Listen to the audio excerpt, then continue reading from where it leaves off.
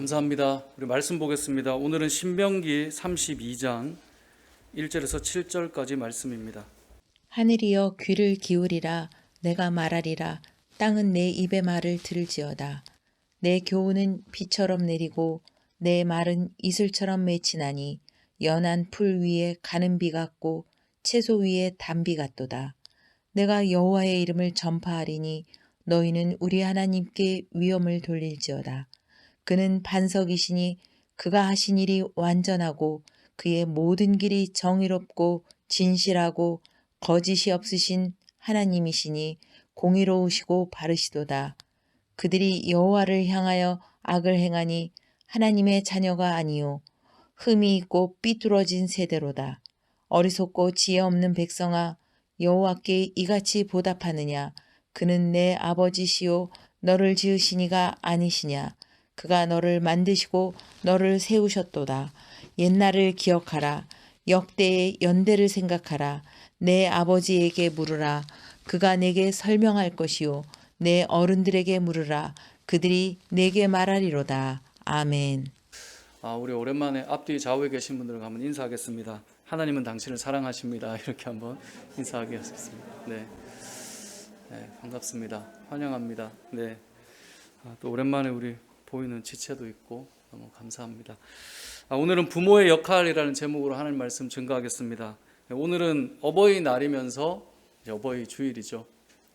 그렇기 때문에 어버이날이 되면 또 자녀들이 꽃을 달아주고 또 감사의 마음도 표현하고 이제 그런 시간들을 가지는데, 특별히 오늘 거꾸로 이제 자녀가 부모에게 고마운 마음을 표현해야 하지만 또 우리 부모들이 대부분이시니까 부모가 자녀에게 어떤 역할을 하는 것이 하나님 기뻐하시고 마땅한 일인가, 그것을 좀 생각해보고, 또 그럴 수도 있죠. 나는 아직 부모가 아닌, 하지만 이 교회는 영적인 가족 공동체입니다. 그래서 우리가 요한 1, 2, 3서를 새벽에 묵상했지만 사도 요한이 장로였죠. 엘더였죠. 그래서 편지를 쓸 때 어떻게 씁니까? 자녀들아, 부녀들아, 형제들아. 그러니까 교회 공동체 안에서도 우리가 엘더들의, 부모된 자의 그 위치에 있는 자들의 역할이 무엇인가 아마 동의를 할 수 있을 것입니다. 그런 의미로 가정과 교회를 좀 적용하는 마음으로 오늘 말씀을 보면 좋을 것 같습니다. 자녀를 키우다 보면 모든 아이들이 지나가는 특징 중에 하나가 부모에게 질문들을 많이 한다는 것입니다. 예를 들면 하늘은 왜 파란지, 또 여러 질문들을 하죠. 아빠, 강아지는 왜 다리가 4개야? 막 이런 거 물어보면 너무나 당연하고 이걸 뭐라고 설명해야 되나, 이런 것들이 있죠. 바람은 왜 부는 거고, 또 여러 이야기들을 질문을 합니다. 이건 왜 그래? 저건 왜 그래? 처음에는 다 들어줄 수 있지만 시간이 지나면 이제 계속 묻다 보면 이게 힘들 때도 오잖아요. 그럼 대답하기 힘들 때도 있고 이렇게 피곤할 때도 있고 그렇긴 한데, 모든 부모들은 다 이 시기들을 지나가는 것 같습니다. 아이들은 다 물어보고 그러면서 배워가는 것이죠. 그래서 흔히 세상에서도 사람이 태어날 때 첫 번째 스승은 부모라는 이야기를 하죠. 이것은 단순히 세상의 이야기가 아니라 하나님이 만드셨기 때문에 그런 특징을 가진 것이고, 신앙 공동체도 동일합니다. 신앙생활하는 우리 공동체에서도 부모의 역할이 무엇인가 라고 묻는다면 질문하는 자녀들에게 답해 주는 것이다 라고 말할 수 있습니다. 그래서 부모의 역할의 첫 번째를 생각해 본다면 신앙에 대해서 대답해 줄 수 있는 자가 되어야 한다라는 거예요. 자, 오늘 본문 말씀 7절을 보면 이렇게 말씀합니다. 우리 다시 한번 같이 읽어보겠습니다. 시작. 옛날을 기억하라. 역대의 연대를 생각하라. 내 아버지에게 물으라. 그가 내게 설명할 것이요 내 어른들에게 물으라. 그들이 내게 말하리로다. 아멘. 이스라엘 백성들이 하나님 앞에서 온전하지 못한 모습을 보일 때 하나님께서 이들에게 말하고 싶은 것이 무엇이냐? 옛날을 기억해봐라. 역대 연대를 생각해봐라. 이전에 하나님 행하신 일들을 너희가 한번 돌이켜봐라. 근데 자녀들이 잘 모를 수밖에 없죠. 그럼 누구에게 물어야 됩니까? 부모에게 물어봐야 되지 않겠습니까? 그래서 말씀하는 거예요. 내 아버지에게 물으라. 그 다음 뭐라고 되어 있죠? 그가 내게 설명할 것이요. 이게 무슨 말이에요? 부모가 대답해 줄 의무가 있는 것입니다. 내 어른들에게 물으라. 그들이 내게 말하리로다. 자, 부모님에게 물었어요. 엄마, 교회 그렇게 열심히 가는데 교회 도대체 왜 가는 거야? 자, 그럴 때 엄마가, 아빠가 자녀에게 교회를 왜 가는지 말을 하지 못한다면, 교회를 열심히 다니고 신앙생활 하는 것에 대해서 자녀들이 그 궁금증이 해소될 수 있을까요? 그럴 수 없을 거예요. 기도해야 된다라고 늘 가르쳐요. 물어보죠. 왜 기도해야 되는 거예요? 말씀 좀 봐라. 왜 말씀을 봐야 되죠? 물어볼 때 대답을 해줄 수 없다면 과연 자녀들의 마음에, 자녀들의 입장에 아니 엄마도 설명해 주지 못하는 거, 아빠도 설명해 주지 못하는 걸 왜 하라고 하는 것일까? 그런 생각을 하지 않겠습니까? 이스라엘 백성들에게 하나님께서 말씀하시는 거예요. 내 아버지에게 물어봐라. 내 어른들에게 물어봐라. 그들이 설명해 줄 것이다. 신앙생활 하는 많은 성도들이 복음을 준비합니다. 복음을 전하기 위해서 말씀을 준비하기도 합니다. 누구에게 만나면 어떻게 복음 전할지 고민하기도 합니다. 그 말씀이 어디에 나오냐면 베드로전서 3장 15절에 나오거든요. 그럼 한번 찾아보겠습니다. 베드로전서 3장 15절 말씀. 베드로전서 3장 15절 말씀. 신약성경 380면인데요. 같이 한번 읽어보겠습니다. 시작. 너희 마음에 그리스도를 주로 삼아 거룩하게 하고 너희 속에 있는 소망에 관한 이유를 묻는 자에게는 대답할 것을 항상 준비하되 온유와 두려움으로 하고. 아멘. 자, 이 말씀은 우리가 복음을 전할 때 준비되어야 함을 이야기해 주는 말씀입니다. 그래서 누군가가 너희 속에 있는 소망에 관한 이유를 묻는 자에게 너 왜 예수를 믿고 너 왜 그런 소망을 가지고 있어? 그 이유는 뭐야? 라고 묻는 자에게 뭐 하라고요? 대답할 것을 어떻게 해요? 항상 준비해요. 그래서 복음을 전하는 사람들은, 전도자들은 항상 주의 복음을 전하기 위해 준비된 자가 되어야 해요. 저 사람에게 복음을 전하기 위해서 준비가 되어 있어야 되죠. 그래서 이 말씀을 우리가 늘 언제 많이 사용하냐면 전도하러 나갈 때, 전도의 대상자들에게 이들에게 말씀을 어떻게 전할 것인가 고민할 때 이 말씀을 묵상하고 준비해서 나가죠. 그런데 오늘 이 말씀을 보면 대상이 불신자나 전도해야 될 대상이나 이렇게 한정되어 있는 것이 아니라 뭐라고 되어 있습니까? 너희 속에 있는 소망에 관한 이유를 묻는 자. 얘는 누가 있을까요? 자녀들도 있는 것이에요. 우리의 자녀들도 교회 안에서 여러분 엘더라면 이제 믿음의 이 발걸음을 시작한 사람들에게 그들이 질문을 가질 때, 그들이 궁금해할 때 우리가 말할 수 있어야 된다는 것이죠. 그것을 뭐 하라고요? 준비하라는 것입니다. 부모라면 마땅히, 여러분 요즘에 얼마나 좋은 강의들이 많고 또 그런 걸 들을 때마다 참 정리들도 잘하세요. 특히 우리나라의 이 배움의 수준은 정말 많이 높아져 있고 보통 어머니들도 아는 게 정말 많으세요. 그리고 요즘에는 정보가 다 인터넷상으로 다 공유가 되어 있기 때문에 조금만 노력하면 다 알 수 있죠. 신앙에 대해서도 마찬가지 아닐까요? 물론 목회자를 통해 들어서 정리하는 것이 가장 저는 좋다고 보지만 아무튼 기도에 대해서 물었어요. 기도를 왜 하는 겁니까? 여러분 한 줄 정도는 좀 정리해 두셔도 되지 않을까요? 부모라면, 교회에서 엘더라면 누군가가 질문할 때 왜 자꾸 교회에서 큐티하라고 하는 겁니까? 라고 할 때 좀 정돈되어 있는 것이 좋지 않을까요? 신앙생활에 있어서 여러분들이 누군가가 질문을 할 때 그것이 정돈되어 있다면 그 사람을 위한 것이기도 하지만 여러분 자신도 흔들리지 않는 믿음의 삶을 살아갈 수 있는 것입니다. 그래서 우리는 신앙생활을 하면서 부모의 역할은, 어른들의 역할은 그들에게 말해주는 사람들이 되어야 돼요. 질문을 할 때 신앙생활에 대해서, 인생에 대해서, 또 믿음의 삶에 대해서 질문을 할 때 설명을 해줄 수 있어야 된다라는 것입니다.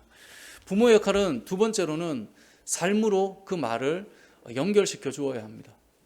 신앙생활을 하면서 가장 갈등되는 게 뭐냐면 말은 A라고 했는데 삶은 B라고 나타날 때 자녀들은 많은 고민들을 하게 됩니다. 예를 들면 이런 거죠. 야, 기도 좀 해라 라고 엄마가 가르쳤는데 엄마는 기도하진 않아요. 그러면 자녀들의 입장에 기도를 해야 된다라고 말은 하지만 기도를 하고 있지 않는 부모를 볼 때 중요성을 느낄 수 있을까요? 느끼기가 어려울 거예요. 오늘 왜 이렇게 숙연하죠? 뭔가 오늘 이 설교의 주제에 부합하게 마음가짐을 가지는. 네. 제가 이 청소년 사역을 저도 처음 이제 전도사 시절에 청소년 사역을 시작했는데 가장 많이 이제 고민이 됐던 부분이 이제 고3 수험생들이에요. 부모님이 자녀를 다 믿음으로 다 키우고 싶어 해요. 그런데 그렇게 가다가 고3이 딱 되는 순간 부모님의 마음에 고민이 찾아와요. 그래도 지금은 좀 힘들 때고 지금 가장 중요한 때인데 지금은 조금 교회의 시간을 줄이고 공부하는데 시간을 더 쏟으면 좋겠다. 이제 그러다 보니 예배를 잘 드리던 친구들도 고3이 되면 좀 덜 나오게 되거나 또 빠지게 되는 경우들이 종종 있습니다. 자, 그러한 때에 제가 전도사 때 참 많이 부모님들께 그런 말씀들을 많이 드렸었는데 늘 부모님들이 믿음의 선배들이 말하는 게 뭡니까? 너가 가장 힘들 때, 너가 가장 어려울 때, 너가 가장 위기라고 생각하는 그 시간에 하나님을 바라보라고 우리는 다 그렇게 가르쳐 왔어요. 근데 그 인생의 가장 중요한 시기, 가장 중요한 끝자락에 우리는 이렇게 가르칩니다. 요 시간이 지나면 얼마든지 할 수 있다. 저도 집에서 좀 언뜻 들은 것 같은 그런 비슷한 이야기. 요 때만 넘어가면 마음껏 주를 위해 살 수 있다. 그런데 생각을 해보면 가장 어려울 때, 가장 힘들 때 주를 바라보라고 했는데 내 인생의 그 가장 힘든 시기를 어찌 보면 생각해 보면 지금 이 시기만 지나면이라고 얘기를 꺼낸다는 거죠. 의외로 많은 사람들이 교회를 안 나올 때 집사님 예배 드리셔야죠 라고 하면 목사님 지금 좀 어려운데 이 시기가 지나가면 제가 교회 나오겠습니다. 이런 분들이 생각보다 많아요. 왜 이런 일들이 일어날까요? 말은 어려움을 해결하시는 하나님이라고 가르치고 있지만 실제는 그렇지 않아요. 자녀들에게 양육할 때, 후배들에게 가르칠 때 하나님께 기도해 마음의 평안을 주셔 늘 얘기하는데 그분은 늘 두려워하고 있어요. 늘 걱정해요. 그런데 분명히 저분은 하나님 앞에 기도하면 평안을 주신다고 말을 한 분인데 저분의 입에서는 늘 걱정과 불안과 염려만 나와요. 만약에 자녀가 본다면 여러분 교회는 잠깐 우리가 만나고 다 좋은 사람이고 다 좋은 말을 쏟아놓고 다 가잖아요. 나눔을 할 때 나는 이런 게 약한데 이렇게 갔으면 좋겠습니다라고 하는 다 이상을 가지고 있는 사람이잖아요. 그런데 이 일주일이라고 하는 시간은 가족들은 다 똑같이 보고 살아가잖아요. 걱정하지 마. 하나님이 도와주시지. 말은 그렇게 하지만 정작 내 자녀가 아빠인 저를 볼 때, 목사인 저를 볼 때 설교는 저렇게 했는데 늘 두려워하고 걱정하고 있어요. 현실에 안주하고 있어요. 그렇게 볼 때 이 말이 힘이 없는 거예요. 왜냐하면 삶으로 그 시간을 다 보고 있거든요. 두려워하는 거죠. 걱정하는 거죠. 가정에 평안이 없는 거죠. 왜 그럴까요? 말로 자녀들이 배워가는 것이 아니라 말이 삶으로 증명되지 않으니까 따라가 주지 못하는 것입니다. 저와 여러분의 삶을 살아갈 때 부모는 입술을 통하여서 교육하지만 결국은 삶에서 그 모든 삶이 나타납니다. 그러니까 보여주는 것입니다. 그래서 성경은 본을 보인다라는 말이 참 많이 나오죠.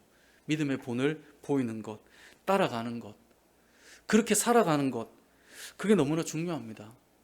저와 여러분의 삶이 부모가 되었을 때, 교회에서 어른이 되었을 때 여러분이 말로 하는 것은 누구나 할 수 있습니다. 큐티 좀 해라. 본인이 하고 있나요? 예를 들면 자녀들은 보고 있어요. 믿음이 시작된 사람들은 보고 있어요. 본인도 그것이 재미가 없고 본인도 그것의 묵상의 기쁨을 모르는데 하라고 할 때 그것이 어떤 영향력으로 나타나게 될까요? 그것은 누가 봐도 저 사람에게 그것은 맛이 있는 것이 아니구나. 예를 들어 목사님 제가 성경을 보는 것을 너무 싫어해요. 예를 든 거예요. 저는 되게 좋아해요. 말씀을 되게 좋아하는데 너무 싫어해요. 성경이 여러분 사무실에 왔는데 월요일날 제 방에 놓여 있는 게 화요일도 그 자리고 수요일도 그 자리고 그대로 제가 정돈된 사람이 아닌 거 아시잖아요, 여러분. 근데 이게 그대로 있으면 성경 안 보는구나 생각하지 않겠습니까? 근데 늘 설교하죠. 말씀이 너무나 달지 않습니까? 그대로 있어요, 막. 그러면 여러분이 느낄 때 말씀이 달다고는 하는데 본인은 달지 않구나. 이건 그냥 느끼는 거예요. 이건 말로 될 수 있는 게 아니라는 거죠. 저는 세상도 마찬가지라고 생각합니다. 세상은 교회가 외치는 그 외침을 보고 싶어 할 것 같아요.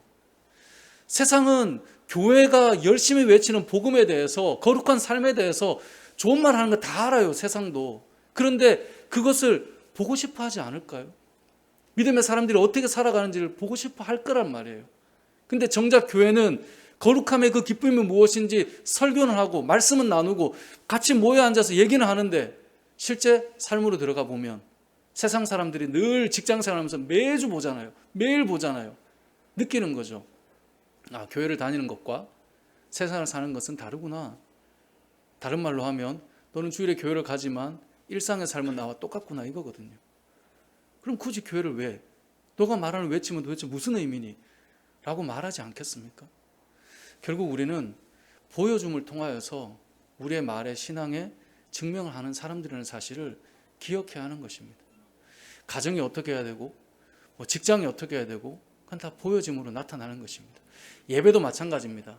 개척을 하고 우리 교회 예배에 대해서 설명을 많이 할 때 저는 우리 교회 예배가 전 세대가 같이 예배를 드리는 교회였으면 좋겠다는 얘기를 참 많이 해왔었습니다.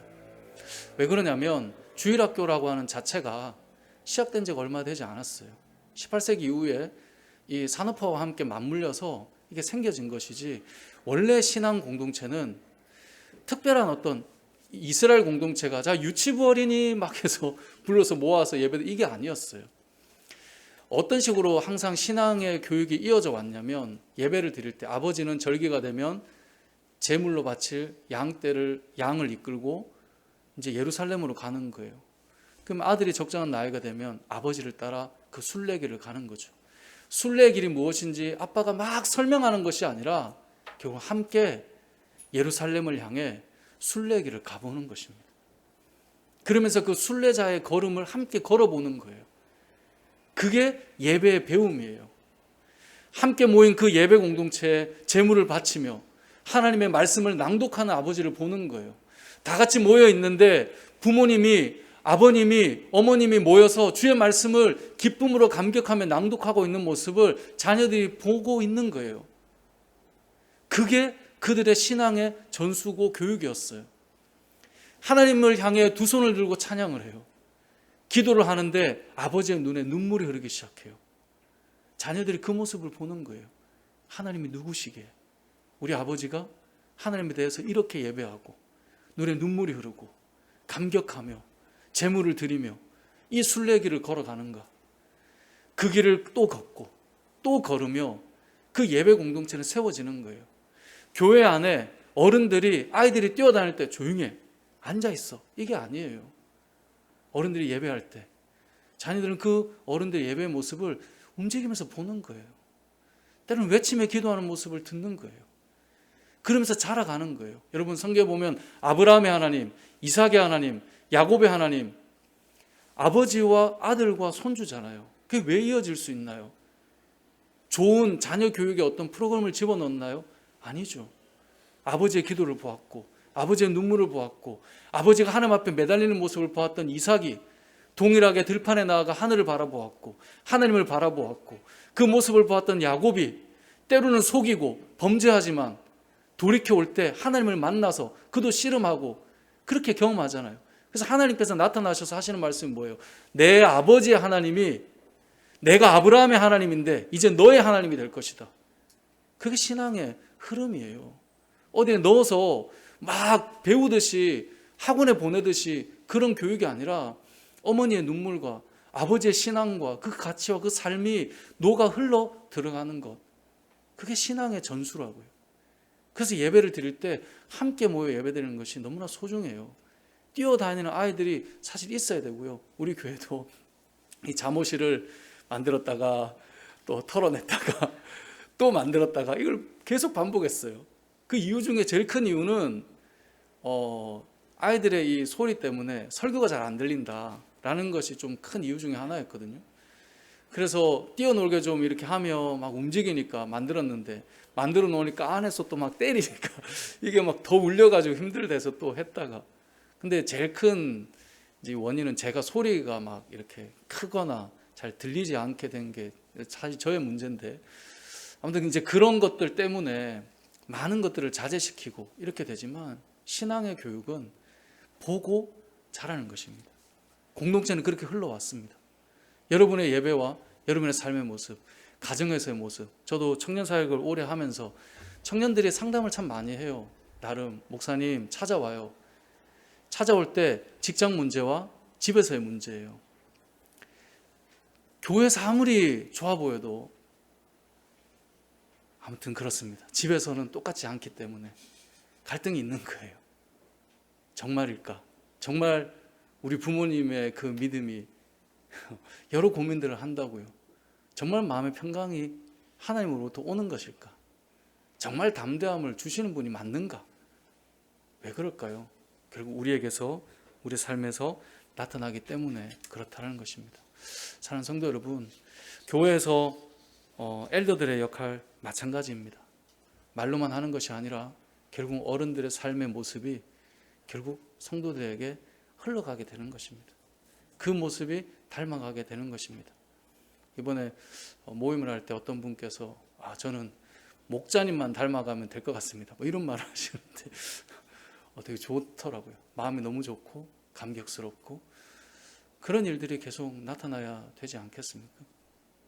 제가 이번에 되게 감사했던 한 분 중에 이제 시험을 보는 이제 청년이 있었는데, 시험을 준비하느라 이제 또 코로나이기도 하고, 또 시험을 보려면 혹시나 이제 코로나가 걸리면 아무래도 이제 시험을 볼 수 없는 상황이 되니까 온라인으로 예배를 드리고 했던 친구가 있어요. 근데 그 어머님이 전화가 왔어요.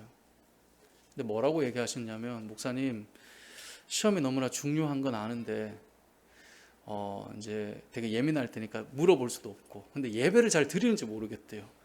그러니까 시험은 떨어져도 상관은 없는데 신앙은 이러면 안 되지 않겠냐. 그래서 예배를 잘 드리고 있는지 저 체크를 좀 해달래요. 그래가지고 저도 한 번씩 이제 물어보고 했는데 저는 그분이 너무나 고맙더라고요. 그런 마음을 가지고 있는 부모님이라면 정말 하나님께서 잘 되게 또 인도해 가시지 않을까? 늘 어떤 때가 오면 대부분은 취업 문제나 어떤 진학 문제나 그 문제를 가지고 이야기하지, 그때의 믿음을 잃지 않게 기도해 달라는 이야기는 사실 듣기 정말 쉽지 않거든요. 우리 교회 정도 되니까 이제 제가 듣는 건데 너무나 귀한 거죠. 목사님, 그러한 때에 하나님 더 잘 의지할 수 있게 해주십시오. 그게 신앙 아닙니까? 인생이 가장 어려울 때 하나님을 찾도록 그렇게 가르치는 것이 부모의 역할이고 모습이라는 사실을 기억해야 할 것입니다. 세 번째로 기억할 것은, 부모님은 사랑하고 축복하는 자가 되어야 한다는 것입니다. 뭐 당연한 거죠. 부모는 사랑하는 사람이죠. 그리고 앞서 말한 대로 공동체 안에서도 부모라면, 엘더라면, 어른이라면 사랑해야 되겠죠. 왜냐하면 자녀들아, 청년들아 말할 수 있는 위치에 있다면 당연히 사랑해야 되겠죠. 뭐 예를 들면 이런 겁니다. 이제 저희 어머니를 보면, 이제 어머니 예를 들어 다른 분 예를 들기가 좀 그래서 어머니 예를 드는 건데, 저희 어머니를 이제 만나본 분들은 다 경험합니다. 엄청 세시네, 이제 이런 경험들을 좀 합니다. 와, 엄청 세다. 근데 세세요, 정말 세고 저도 느낄 때 왜냐면 제가 개척할 때 가족들을 다 예배 못 드리게, 발을 못 붙이게 아주 그렇게 했었는데 끝까지 버텨가지고 제가 두 손 두 발 다 들고 뭔가 이제 정복당한, 함락당한 그런 느낌인데, 왜냐면 이제 개척을 할 때 저의 가족들이 있으면 별로 좋지 않다라는 이야기를 많이 들었거든요. 근데 또 그럼에도 불구하고 가족들이 있는 이유는 멤버가 너무 없으니까.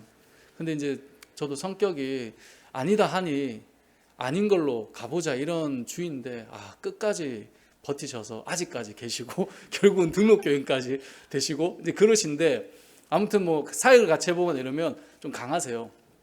근데 1부 때도 그런 말씀 드렸지만, 어머님이 우리 교회에서 좀 강하시지만 여러분, 이전에 있던 교회에서는 지금보다 훨씬 엄청나게 지금 엄청 센데요 그러는데 장난이 아니실 정도로 강하게 사역도 잘 하셨고, 아무튼 그렇습니다. 오늘 어버이날인데 뒷수습은 아무튼 모르겠고 아무튼 강하세요. 근데 왜 여러분 볼 때 세지만 그래도 제가 볼 때는 절반 이하로 내려가셨냐? 하나겠죠. 아들이 목사니까. 혹시라도 누가 될까 봐. 누라는 말을 쓰면 안 되려나요? 제가 성도님들을 대할 때 그런 분들 계세요. 기분 나쁘면 말 그냥 쏘아붙이고, 내 마음에 안 들면 레이저 쏘시는 분들 계세요. 그러니까 우리가 보통 살면 보통 그렇게 잘 안 하지만 그냥 대놓고 표현 다 하는 분들 계세요. 스스로 쿨하다고 생각하는 분들. 근데 그런 분들도 본인의 아들이나 본인의 딸 앞에서 결코 그렇게 하지 않아요. 왜 그럴까요? 사랑해서 그래요. 바꿔 말하면 상대에 대한 마음은 그만큼이 아니라는 이야기가 되기도 하는 거겠죠. 그러니까 그냥 다 하는 거예요. 하지만 사랑하면 그렇지 않죠. 부모는 자녀를 사랑하는 자가 돼야 되고, 공동체에서 어른들은 당연히 다음 세대를 사랑해야 돼요. 제가 이번에 목자 모임을 할 때 목자님들께 너무나 감사했던 것이 무엇이냐면, 교회가 협소하기 때문에 목장 모임을 하는 장소가 되게 저희들이 복잡하고 부족해요. 그러다 보니 어떻게 하면 서로 잘 분배해서 불편하지 않게 할까라는 이야기를 다 나눈 다음에 결론이 어떻게 났냐면, 이런 것도 중요하지만 교회 청년들이 목장 모임하는 그 장소가 너무나 좁아 보이는데, 청년들, 중고등부 아이들이 잘 못 모이고 있는데 그래도 이들이 모일 때 잘 모일 수 있는 장소를 생각해 주는 것이 더 중요한 것 같다라고 말씀해 주시더라고요. 저는 그 말에 너무나 감동받았어요.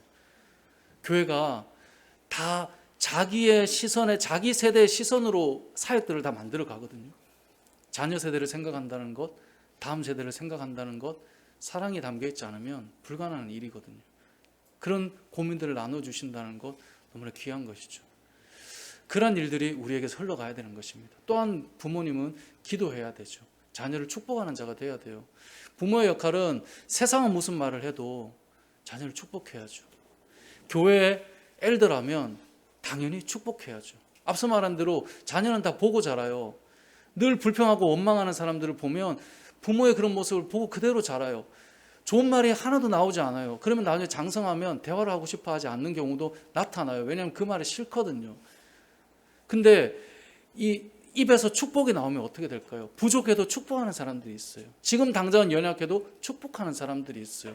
판단하고 평가하고 비난하기를 늘 일삼는 사람보다 부모는 축복해야죠. 지금 당장은 그렇게 보이지 않아도 축복해야죠. 공동체를 축복해야죠. 그것이 부모의 역할입니다. 성경에 보면 창세기를 잘 읽어보십시오. 모든 부모는 죽을 때까지 축복하는 모습으로 등장합니다.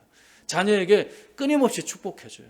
무슨 일이 생기면 축복해줘요. 유언으로만 하는 게 아니에요. 예를 들면 우리가 창세기를 지금 보고 있으니까 야곱이 속여서 에서 형의 축복 기도를 받았잖아요. 그래서 어쩔 수 없이 삼촌의 집으로 떠나야 될 때 이삭이 야곱을 불러서 뭐 합니까? 네가 속여가지고 이런 거 아니냐? 잃어가지고 어떻게 할 거냐? 이렇게 하지 않았어요. 축복하고 그 땅으로 갈 때 어떻게 해야 되는지 권면하고 떠나보냈어요. 제가 말씀을 준비하면서 그 본문을 보고 그런 생각이 들었어요. 나라면 어떻게 했을까? 나라면 분명히 원인과 결과를 분석해서 너가 이렇게 되는 이거니까 다음엔 이렇게 안 하면 좋겠다. 그 봐라. 아빠가 이렇게 말하지 않았느냐? 제가 참 많이 말하거든요. 집에서. 아빠가 말하지 않았느냐? 딱 됐지. 그 봐. 이제는 잘 들어봐. 오늘 본문을 읽고 말씀을 준비하다가 참 많은 생각들을 했는데 축복하는 자가 되었으면 좋겠습니다. 여러분의 자녀들을 마지막까지 축복해 줄 수 있는 사람은 부모가 되어야 한다는 것이죠. 그리고 결론적으로 이런 모든 모습은 어디로 이어져야 되냐? 오늘 본문 다시 32장 가보면 6절로 이어져야 됩니다. 자, 32장 6절을 같이 읽고 말씀을 정리해 보겠습니다. 시작. 어리석고 지혜 없는 백성아, 여호와께 같이 보답하느냐? 그는 내 아버지시요 너를 지으신 이가 아니시냐? 그가 너를 만드시고 너를 세우셨도다. 아멘. 자, 여기 보면 그는 내 아버지시요. 그는 누군가요? 네, 하나님이십니다. 하나님이 너의 아버지시고 너를 지으신 분 아니냐? 하나님이 너를 만드시고 너를 세우셨도다. 그러면서 말하는 거, 옛날을 기억해봐라. 역대 연대를 생각해봐라. 네 아버지에게 물어봐라. 누가 진정한 아버지인지. 여러분, 가정에서 신앙을 교육할 때 가르치고 삶으로 보여주고 그들을 위해 기도하고 축복하고 이 모든 삶의 그 목적은 어디입니까? 내가 육신의 아버지지만 하나님이 진정한 아버지셔. 그것을 알려주는 것입니다. 그래서 10계명을 예전에 설교할 때 그런 말씀 드렸죠. 우리는 1계명에서 4계명까지를 하나님과의 관계, 5계명에서 10계명까지를 사람과의 관계라고 보지만 히브리인들은 1계명에서 5계명까지를 하나님과의 관계로, 6계명에서 10계명까지를 사람과의 관계로 본다고요. 5계명이 뭐예요? 내 부모를 공경하라. 사람과의 관계 같지만 히브리인들은 부모를 하나님의 역할을 하는 대리인으로 봤어요. 그래서 하나님이 우리를 만드셨는데 부모로부터 그 대리적으로 만들어졌고, 하나님이 우리를 돌보시지만 부모로부터 돌봄을 받았기 때문에 부모님을 공경하는 것은 하나님에 대한 자세로 넣었단 말이에요. 그래서 10계명을 5개로 나눠서 보았습니다. 마찬가지로 우리가 부모님의 그럼 역할은 뭐겠어요? 육신의 아버지이지만 대리인으로서 하나님이 우리의 아버지심을 가정에서 보여주는 것이에요. 하나님이 너의 아버지셔. 이 교회의 아버지는 하나님이셔. 그것을 알려주고 가르쳐주는 역할을 하는 자들이 바로 엘더들이며 어른들이며 부모의 역할이라는 것입니다.